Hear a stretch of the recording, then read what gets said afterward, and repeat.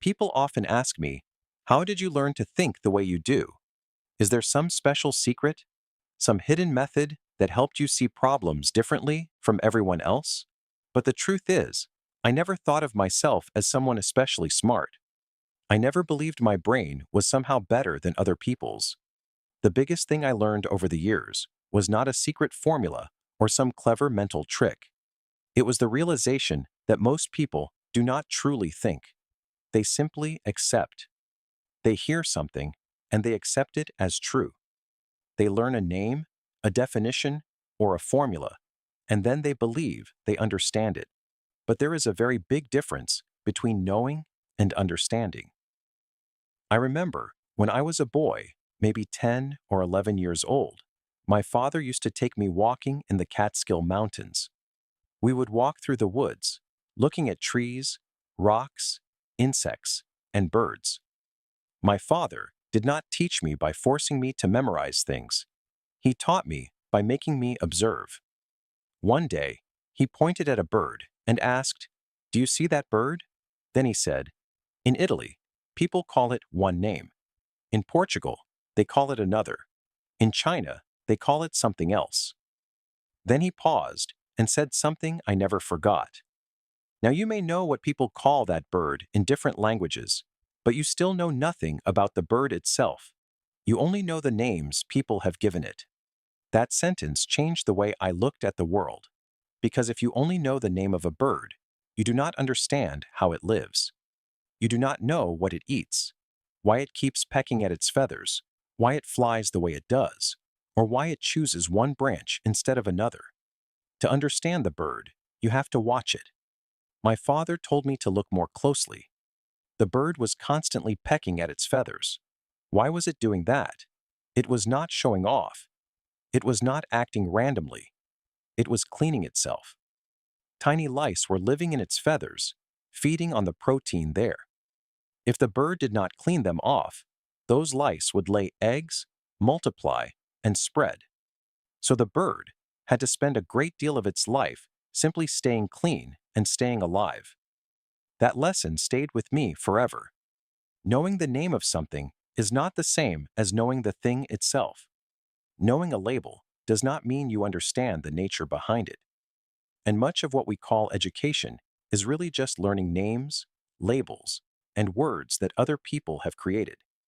But real thinking does not begin by asking, "What is it called?" Real thinking begins by asking, "What is actually happening here?" Later, I began to notice the same problem in places where you would expect people to think very deeply. When I was at MIT and Princeton, I sat in advanced physics classes with some of the smartest students in the country. The professors would write beautiful equations on the board, and everyone would copy them carefully into their notebooks. But I kept wondering, do we actually understand what these equations mean? Sometimes, a student would raise his hand and ask, "Professor, what does this equation mean?" And the professor would explain it again, but only with different symbols, different terms, and more mathematical language. The student would nod, as if the problem had been solved. But I would sit there thinking, no, wait, what does it really mean? What is actually happening in the real world? That is where I saw the difference between knowing something and understanding something.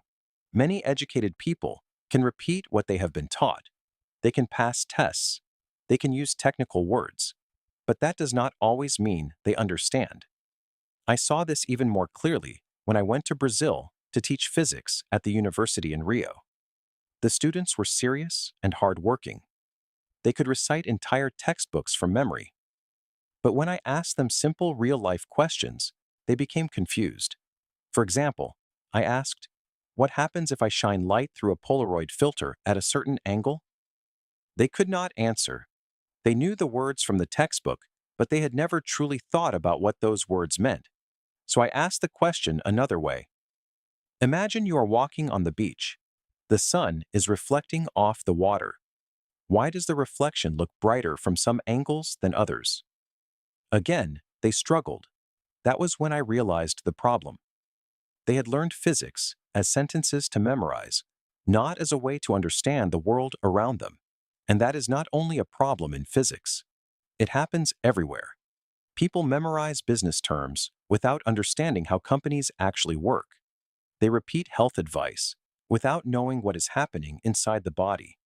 They use big words in conversations, but if you ask them to explain the idea simply, they cannot. That is why real thinking is not about collecting more information. It is about building the habit of asking, what is really going on here? Thinking is not a gift given only to a few special people. Thinking is a habit, and most people never build that habit because they were only taught to remember answers, not to question them. So how do you build that habit? How do you train your brain to truly think instead of simply accepting what you are told? The first thing I learned to do was translate every idea into something I could see, touch, or imagine. When someone told me about atoms, I did not just memorize the sentence. Atoms are tiny particles that make up matter. I tried to picture them. I imagined them moving, bouncing, colliding, and pushing against one another. I asked myself, if I were small enough to watch atoms with my own eyes, what would I actually see? Later, when I studied physics at MIT, I did the same thing with equations. Other students might rush through problem sets, but I would often sit with one equation for a long time, just staring at it. I was not trying to be slow. I was trying to understand. I would ask myself, what is this equation describing? If this happened in the real world, what would it look like? Sometimes, I created strange little pictures in my mind. When I studied electromagnetic fields, I imagined myself as tiny as an electron, floating in space. If another electric charge came close to me, what would I feel? Would I be pushed? Would I be pulled? How would I know something was there? It may sound childish, but that was exactly why it worked. Because once I could see an idea in my mind, it stopped being just a word or a formula. It became something real. And once it became real, I could understand it. Most people skip this step. They learn the abstract idea first, the formula, the technical term, the theory. But they never connect it to anything they can actually imagine. So the idea floats around in their head, disconnected and meaningless. Then, a week after the exam, they forget it. That is why you cannot think clearly about something you cannot visualize. If you want to understand anything deeply, do not begin by memorizing the words. Begin by asking yourself, what would this look like if I could actually see it happening? The second thing I learned was to always ask why. Not once. Not just enough to sound interested, but again and again, the way a child does. Children are naturally good thinkers because they are not afraid to ask simple questions. A child might ask, why is the sky blue? And you might say, because light scatters in the atmosphere. Then the child asks, why does light scatter? And you answer, because air molecules interact with light waves. Then the child asks again, why do they interact? And this keeps going until eventually you reach the edge of what you actually understand. That is where real thinking begins. But as we grow older, we lose this habit. We become embarrassed to ask basic questions. We do not want to look foolish. So instead of asking, we nod. We pretend we understand. We hide our confusion behind polite silence. And that is dangerous, because if you do not understand the foundation, everything built on top of it becomes weak. I remember a student at Caltech who once came to me confused about quantum mechanics. He said, I do not understand the uncertainty principle. So I asked him, tell me what you think it means. He began reciting the textbook definition, using terms like position, momentum, and Planck's constant. But I stopped him and said, no, do not tell me what the book says. Tell me what you think is actually happening.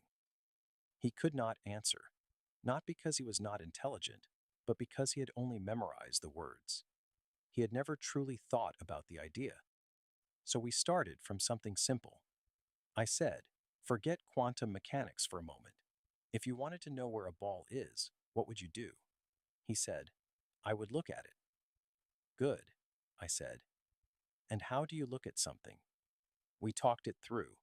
Light hits the ball, bounces into your eyes, and your brain forms an image.